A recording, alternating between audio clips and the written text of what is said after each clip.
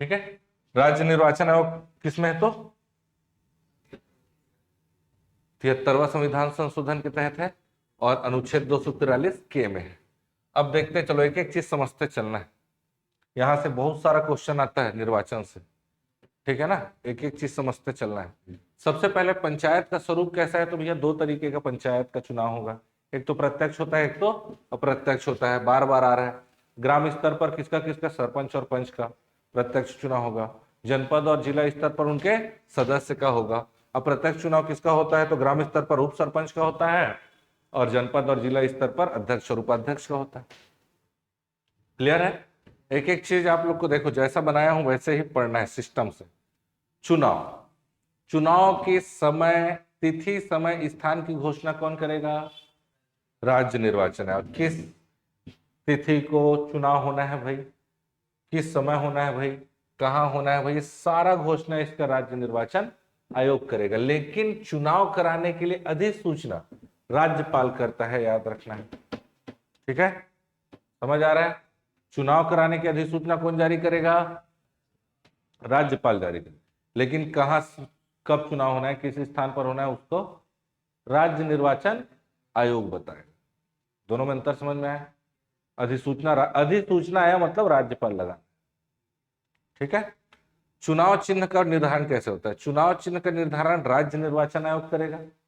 ठीक है। और वितरण रिटर्निंग ऑफिसर करता है। रिटर्निंग ऑफिसर कौन होता है सर? तो आगे और बताऊंगा। समझ आ रहा है? ग्राम स्तर पर, जनपद और जिला स्तर पर रिटर्निंग ऑफिसर कौन होता है अपन समझेंगे। ठीक है। तो राज्य निर्वाचन आयोग क्या कर दिया? चुनाव चिन्ह बना दिया और उसको वितरण कौन करेगा? Returning officer. अंग्रेजी में रिटर्निंग ऑफिसर ही याद रखेंगे, हिंदी में भी। ठीक है, चले आगे। अब देखो, पंचायत चुनाव से संबंधित प्रमुख पदाधिकारी, एकदम ध्यान से याद करते चलना है ना, जैसे समझा रहा हूं वैसे समझना है। पंचायत चुनाव से संबंधित क्या बोल रहा है भाई? पदाधिकारी। सबसे पहले, सबसे ऊपर स्तर। अब किसी राज्य में क्या होना है? चुनाव होना है पंचायत स्तर का, तो राज्य निर्वाचन अधिकारी का चुनाव किया जाएगा। सबसे पहले किसका? राज्य निर्वाचन अधिकारी, जिसकी नियुक्ति कौन करेगा? राज्यपाल। ठीक है, समझ आ रहा है? रीना बाबा साहब कंगाले थे और पी दयानंद थे उनके बाद। ठीक है, तो नाम याद रखने की जरूरत अगर लगेगा तो कर सकते हो। ठीक है, तो राज्य निर्वाचन के लिए अधिकारी, सबसे पहले सबसे बड़ा अधिकारी कौन नियुक्त करेगा? राज्यपाल नियुक्त करेगा। ठीक है, उसके बाद दूसरा स्तर का अधिकारी आ जाएगा जिला निर्वाचन अधिकारी, जो उस जिले का कलेक्टर होगा। जो उस जिले का कलेक्टर होगा। कलेक्टर साहब करेंगे रिटर्निंग ऑफिसर की नियुक्ति।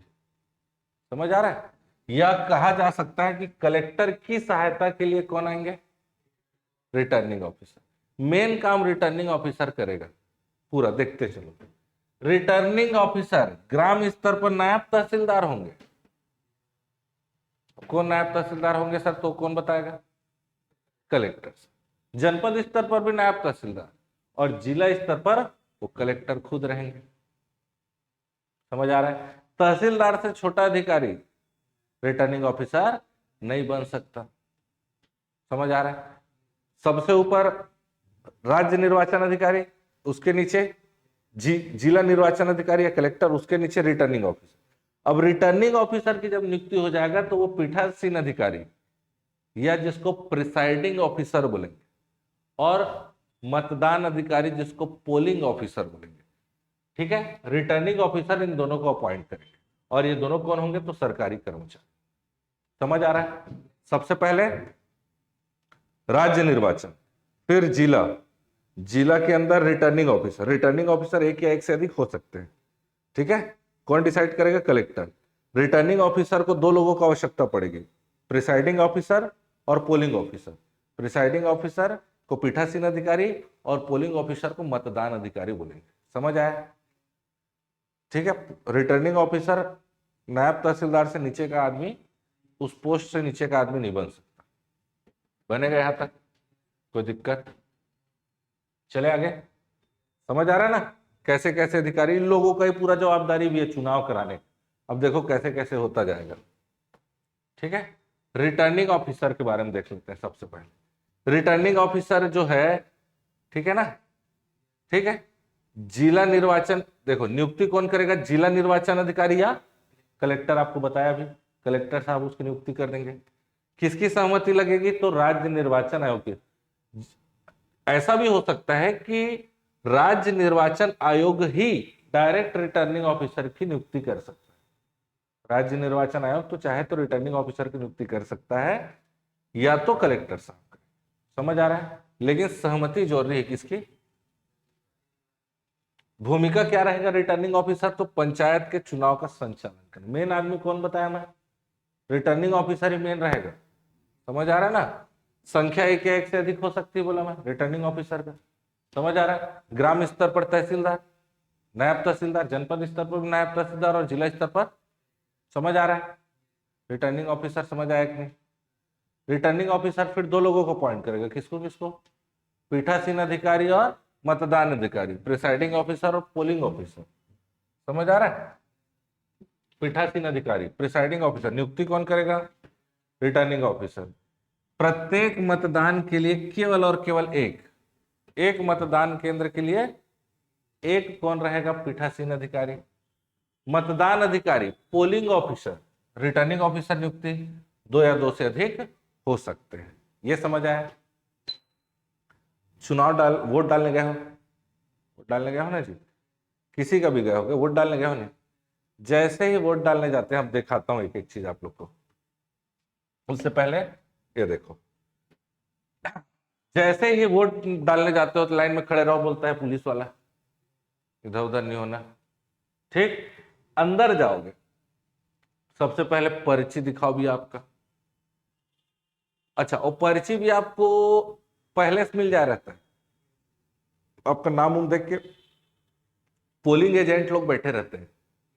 समझ आ रहा है, बाहर में मतदान जो उसके एजेंट लोग बैठे रहते हैं, है ना, उन लोग पर्ची उर्ची देख दुखा खा भैया कौन सा वार्ड है क्या है, ऐसा टाइप का। पार्षद वार्षद चुनाव आप लोग देखे होगे, अगर शहर में रहते हो तो, बाकी ग्राम पंचायत में रहते होगे तो ग्राम का देखे होगे, तो आपको पर्ची दे देगा भैया कौन सा वार्ड है क्या है कैसा है। ठीक है, अब आप जाओगे उसको तो पहले आपका बैठा रहेगा, देखो पोलिंग ऑफिसर नंबर 1 कौन बैठा है, पोलिंग ऑफिसर नंबर 1 ये बैठा है। देखो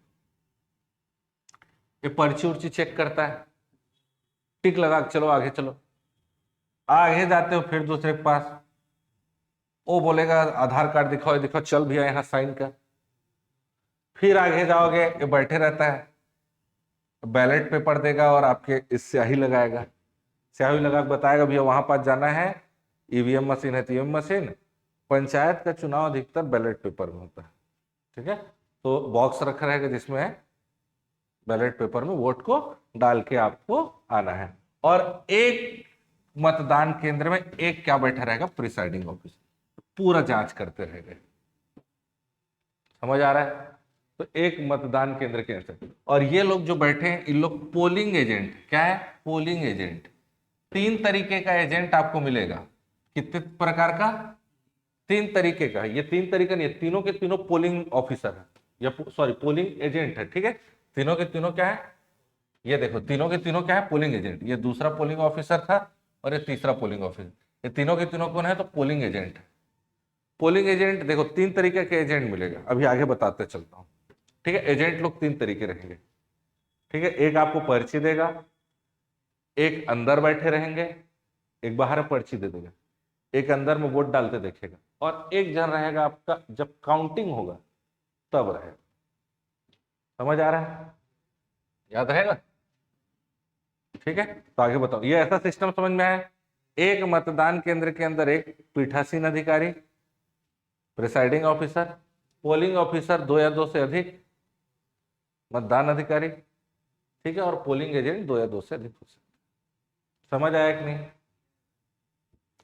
तो राज्य निर्वाचन अधिकारी के नीचे, जिला निर्वाचन अधिकारी के नीचे रिटर्निंग ऑफिसर, रिटर्निंग ऑफिसर फिर पूरा उसमें होगा ना, देख रेख में। ठीक है ना, और एक मतदान केंद्र के अंदर आप जाओगे तो एक प्रिसाइडिंग ऑफिसर या पीठासीन अधिकारी, 2 या 2 से अधिक पोलिंग ऑफिसर, पोलिंग एजेंट। समझ आया कि नहीं। आजकल फोटोग्राफर लोग भी रहते हैं, है ना, समझ आया ये। चलो अब देखो, उम्मीदवार द्वारा अभिकर्ता, अभिकर्ता का मतलब एजेंट होता है। मैं आपको बताया 3 तरीके का एजेंट होता है, एक निर्वाचन अभिकर्ता, एक मतदान अभिकर्ता, एक गणना अभिकर्ता। मैं आपको बताया, एक जन आप लोग को पर्ची देगा, शिविर में पर्ची बांटता है, संख्या 2 या 2 से अधिक हो सकती है, बैठे नहीं रहते जी, वो चुनाव होता है बाहर में बैठे रहते हैं, बीजेपी कांग्रेस ये वो सब, पार्षद चुनाव बता रहा हूँ। और ग्राम पंचायत में तो ऐसा नहीं होता पार्टी वाला, समझ आ रहा है? ठीक है, तो इन लोग बाहर बैठे रहेंगे, पर्ची देंगे। मतदान अधिकारी भी बताया कि अंदर में बैठे रहते हैं। एक गणना के समय बैठे रहेंगे 2 या 2 से अधिक, ठीक है, अधिकतर 2 लोग, 2 से ज्यादा नहीं रहते। तो 3 प्रकार के अभिकर्ता या एजेंट को याद रखें, ठीक है। ये क्वेश्चन आया हुआ है भाई, इसलिए बता रहा हूँ। 3 प्रकार का, निर्वाचन, मतदान और गणना। निर्वाचन, मतदान और गणना, पर्ची देगा, मतदान के अंदर में रहेगा और गणना के समय पूछा हुआ क्वेश्चन है, इसलिए याद रख। 3 प्रकार के एजेंट, ठीक है, ठीक है, बनेगा।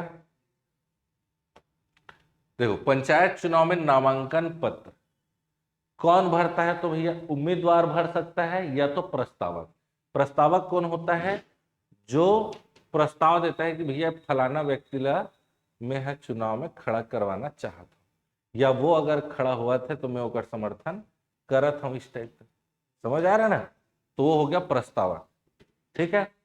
कम से कम ग्राम पंचायत के हर एक चुनाव के निर्वाचन में, जिसका भी प्रत्यक्ष चुनाव हो रहा है, एक जन प्रस्तावक जरूरी है। मैं सरपंच का चुनाव लड़ूंगा और मेरे कोई सपोर्ट करने वाला नहीं है तो मैं नहीं लड़ पाऊंगा। कम से कम एक जन ये बोलने वाला हो कि ये आदमी सरपंच बनने के लायक है भाई, टाइप का। समझ नहीं आ रहा? नहीं समझ आ रहा है? तो पंचायत चुनाव में नामांकन पत्र प्रस्तुत कौन करेगा? उम्मीदवार या प्रस्तावक कर सकता है। किसके पास करेगा? Returning officer. मैं बोला ना, रिटर्निंग ऑफिसर मेन है। रिटर्निंग ऑफिसर कब करेगा? नामांकन तिथि के 3 से 7 दिन के भीतर करेगा, ठीक है। समझ आ रहा है? बनेगा। अब नामांकन भरने चल दिया साहब, एकदम फार्म भर के। आपको बताया था सरपंच है तो कितना पैसा जमानत राशि लगेगा? 1000, और आरक्षित है तो 500। पंच है तो 50 और आरक्षित है तो 25। सुने हो ना? वैसे जनपद सदस्य बताया था, ठीक है, और जिला को भी बताया था। हाँ ठीक है, ठीक। अब देखो, ये देखो, पंच है 50, आरक्षित है 25, सरपंच 1000, आरक्षित है 500, जनपद सदस्य 2000, आरक्षित है तो 1000, जिला 4000। इसको बस याद करना, 50, 1000, 2000, 4000 को याद करने बोला था, जस्ट आधा कर देना। तो अब जमानत राशि, जमानत राशि लिख गए, ठीक है। अच्छा, पंच जाएगा, ठीक। सभी में बताओ, एक जन प्रस्तावक लगेगा, बोला हूं। प्रस्तावक कितना? कम से कम एक आदमी होना ही चाहिए। एक भी नहीं है, इतनी भर पाओगे? मैं बस, मैं सरपंच बनने के काबिल हूं, आप ही बस सोच रहे हो, कोई नहीं सोच रहा, इतनी बन पाओगे। एक कम से कम आदमी आपके पीछे होना चाहिए कि ये बोलने वाला है बढ़िया आदमी सरपंच बन सकता है, टाइप का। अब पंच भाई साहब गए 50 रुपया बढ़िया लेके, ठीक है, आरक्षित वाला 25 रुपया लेके, एक आदमी भी उसके साथ है। तो वो भाई साहब क्या करेंगे? केवल और केवल नामांकन पत्र जमा करें। ध्यान से पढ़ना, यहां से क्वेश्चन आ चुका है। पंच केवल और केवल नामांकन पत्र भरेंगे। नामांकन पत्र के साथ यदि वो आरक्षित है तो अपना प्रमाण पत्र देगा, फोटो देगा, और फोटो में बकायदा दोनों कान दिखना चाहिए। आप लोग फोटो खिंचाते हो किस टाइप का फोटो खिंचवाते हो, वैसा नहीं करना है। समझ आ रहा है ना? बकायदा आप लोग का दोनों कान दिखना चाहिए, पासपोर्ट साइज फोटो, फोटो सही से है कि नहीं, प्रमाण पत्र सही है कि नहीं, हर एक चीज, आधार कार्ड से लेके सारा, अगर जाति वाला है आरक्षित, सब चीज प्रमाण पत्र के साथ वो नामांकन, नामांकन को याद रखें, ठीक। नामांकन, पंच केवल और केवल नामांकन। सरपंच जाएगा, नामांकन तो भरेगा ही, साथ में वो एक घोषणा पत्र जारी करेगा। ग्राम पंचायत का इकलौता ऐसा व्यक्ति सरपंच, इकलौता ऐसा व्यक्ति जो घोषणा पत्र जारी करता है, याद रखना। एक प्रस्तावक लगेगा, नामांकन पत्र तो भेजेगा, लगेगा ही लगेगा साथ में, याद रख। पंच केवल और केवल सरपंच, और घोषणा नामांकन प्लस घोषणा पत्र। जनपद सदस्य, जिला सदस्य, नामांकन प्लस शपथ पत्र, शपथ पत्र कि मैं अपना कार्य पूरी निष्ठा से करूंगा इस तक, शपथ पत्र, बाकी दोनों शपथ पत्र, प्रस्तावक एक। ठीक है, याद हुआ। पंच केवल और केवल नामांकन, सरपंच नामांकन प्लस एकमात्र व्यक्ति जो क्या करेगा, घोषणा पत्र जारी करेगा, और बाकी लोग नामांकन प्लस शपथ बनेगा। सभी के लिए प्रस्तावक एक। ठीक है, बनेगा 50, 1000, 2000 और 4, 50, 1, 2, 4, 50, 1, 2, 4 बनेगा। याद रखना है इसको।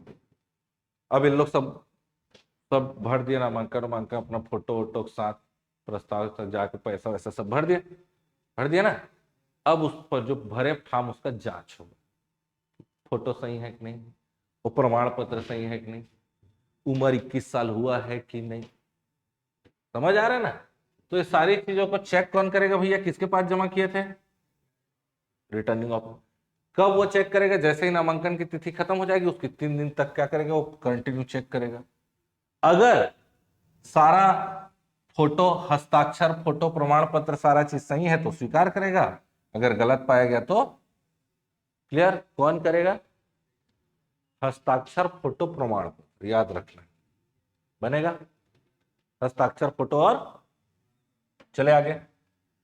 अगर रिटर्निंग ऑफिसर बोल दिया कि यार इसका प्रमाण पत्र गलत है, इसको अयोग्य घोषित किया जाए, तो कहां जाएगा बेचारा, कुछ तो होना चाहिए। अरे यार मेरा सब सही है, फोटो वोटो भी सब सही है, कैसे हो रहा है, किसके पास जाएगा, पंच किसके पास जाएगा, उप अधिकारी, सब डिविजनल ऑफिसर। सरपंच कहां जाएगा, सब डिविजनल ऑफिसर। जनपद कहां जाएगा, जनपद कलेक्टर के पास, डीएम साहब के पास, जिला वाला संचालक। इसको याद रखना, दोनों एसडीओ, ठीक है, फिर आपका कलेक्टर और फिर पंच, सरपंच, जनपद सदस्य, जिला सदस्य, दोनों एसडीओ, कलेक्टर और संचालक पंचायत। ऐसा याद करना बनेगा। अब निर्वाचन की प्रक्रिया कैसे होगी, ये क्वेश्चन सब जहां जहां से पूरा बनाया हूं ना, सारा क्वेश्चन पूछा है भाई। चुनाव से पहले अगर उम्मीदवार की मृत्यु हो जाए, हो सकता है, हो सकता है। अगर 2 लोग खड़े हैं, मान लो एक जन मर गया, केवल और केवल एक जन बचा है, चुनाव रद्द हो जाएगा। ऐसा नहीं कि उसको जिता देंगे, ऐसा नहीं होगा, याद रखना है। 2 जन खड़े हैं, एक जन मर गया, तो चुनाव कौन करेगा, ऐसा नहीं कि उसको निर्विरोध जिता दो, इस टाइप का नहीं चलेगा। समझ आ रहा है। इसकी सूचना निर्वाचन अधिकारी के माध्यम से राज्य निर्वाचन आयोग को दिया जाएगा। चुनाव रद्द होगा ना, जब 2 या 2 से अधिक, अगर मान लो 3 लोग खड़े, एक जन मर गया, तो चुनाव रद्द नहीं होगा, और दोनों के बीच में चुनाव होगा। एक ही जन बस बचा है तब रद्द होगा, ऐसा नहीं उसको जिता देंगे, इस टाइप का नहीं चलेगा, बनेगा, याद रखना है। अब देखो टेंडर वोट या निविद मत क्या होता है, इसको समझना है, यहां से भी क्वेश्चन आया है। एक ठो गांव है, समझना है, थोड़ा कहानी समझो तो मजा आएगा, समझ में आएगा। एक गांव है, एक गांव में एक ठो घर है, ठीक है।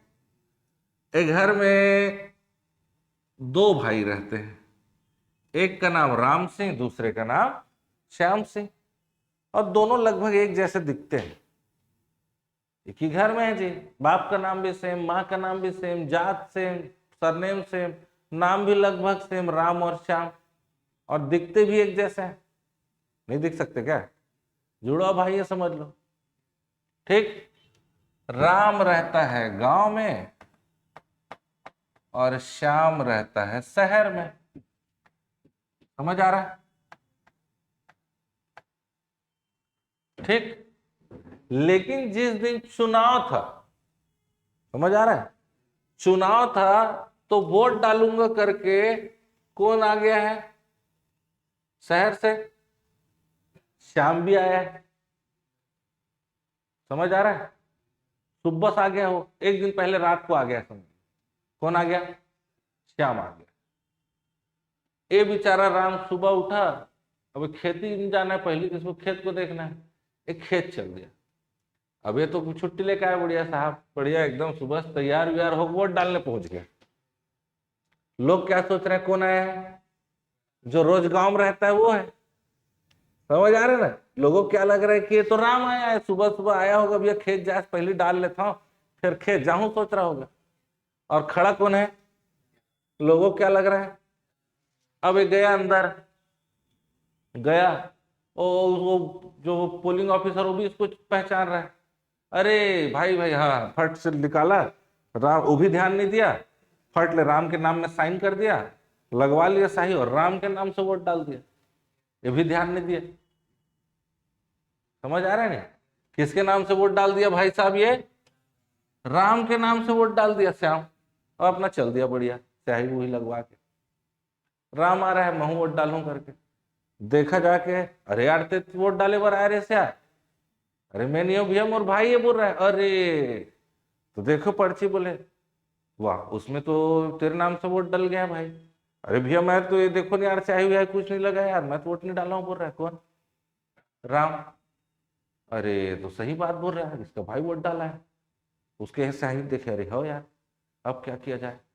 चल ठीक है, तो एक काम कर, तेरे हम लोग देते हैं क्या, टेंडर वोट या निविद मत पत्र। एक निविद मत पत्र होगा, ठीक है, जैसा मत पत्र रहता है लगभग वैसे मिलता जुलता एक पत्र देंगे, ठीक है, जिसमें उस व्यक्ति का नाम सारी चीजें लिखी होगी और अगले व्यक्ति का भी नाम रहेगा जो उसके नाम से वोट डाला रहेगा, और उस जो क्रमांक का है ना वो क्रमांक सारी चीजें लिखी रहेगी। अब इसको दिया जाएगा। अब ये क्या करेगा, जिसको भी वोट डालना है और डाल के ये जो पर्ची जो रहेगा, ये जो निविद मत है, इसको बॉक्स में नहीं डालेगा। समझ आ रहा है? बॉक्स में डालना रहता है, बॉक्स में डालना रहता है ना यार, मैं आपको दिखाया, फोटो देखे थे पे, है ना? बॉक्स में डालना रहता है। ये यहां पास बॉक्स है, दे बॉक्स में दे, लेकिन बॉक्स में नहीं डालेगा वो। समझ आ रहा है? वो अपना जो वोट जो है, राम से जो वोट देगा वो रिटर्निंग ऑफिसर को देता है, ठीक है? समझ आ रही है? या रिटर्निंग ऑफिसर या पीठासीन अधिकारी देगा, ठीक है? वो किस में नहीं डालेगा? बॉक्स में नहीं डालता उसका वोट। समझ आया कि नहीं? राम आया, उसको एक लेटर दिए, मत पत्र दिए, लगभग सब सेम मत पत्र के समान रहेगा, बस उसमें एक्स्ट्रा जिस जो उसके नाम से वोट डाला उसका भी नाम रहता है, उसका क्रमांक वगैरह रहेगा। अब ये वोट डाला, जिसको भी देना है डाला, छप्पा मारा, होल्ड किया, उसका जो वोट है वो बॉक्स में नहीं जाएगा, अलग से रखा है, ठीक? अगर मान लो दो लोग चुनाव लड़ रहे हैं, ए और बी, समझ आ रहा है? ग्राम पंचायत का चुनाव चल रहा है, सरपंच का मान लो, ठीक है ना? और इस टाइप का कुछ घटना हो गया। मान लो उस ग्राम पंचायत की जनसंख्या है 2000, मान लेते हैं, कितना? मान लो इसको 1200 वोट पड़ा और इसको 800 वोट पड़ा, तो कौन जीत गया? ए वाला, ए जीत गया। इस परिस्थिति में ये जो वोट डाला है इसका गिनती नहीं होगा, फाड़ के फेंक देंगे इसको, कोई जरूरत नहीं। कौन जीत गया? लेकिन अगर ऐसा हो जाए इसको भी 1000 और, तो इस परिस्थिति में अब वो हीरो बन जाएगा। उसका वोट को निकालेंगे किसको दिया रे, अब जिसको भी दिया रहेगा, मान लो किसको दिया है वो, तो कौन जीत जाएगा? तो ये हो जाएगा 1000। तो इस तरीके से निविद मत या टेंडर वोट पड़ता है। समझ आया कि नहीं? याद रखना, ठीक है? निर्वाचन, ठीक, टेंडर वोट याद रहेगा ना? याद रखना है टेंडर वोट सारा, ठीक है? याद रखना। निर्वाचन के प्रचार प्रसार के लिए ग्राम पंचायत को 2 लाख रुपए की छूट है कि वो खर्च कर सकता है। जनपद में 3 लाख है, जिला में 5 लाख। खर्च जो भी करेगा, खर्च की जानकारी रिटर्निंग ऑफिसर को होगी, रिटर्निंग ऑफिसर राज्य निर्वाचन आयोग को सौंपेगा, ठीक है? इसको याद रखना, 2, 3, 5, ठीक? तो इतना पढ़ना है निर्वाचन में, ज्यादा कुछ है बनेगा। तो राज्य निर्वाचन, निविद मत और सारी चीजें जो जो बताया वो सब याद रखना है भाई, इंपॉर्टेंट है ये, ठीक है?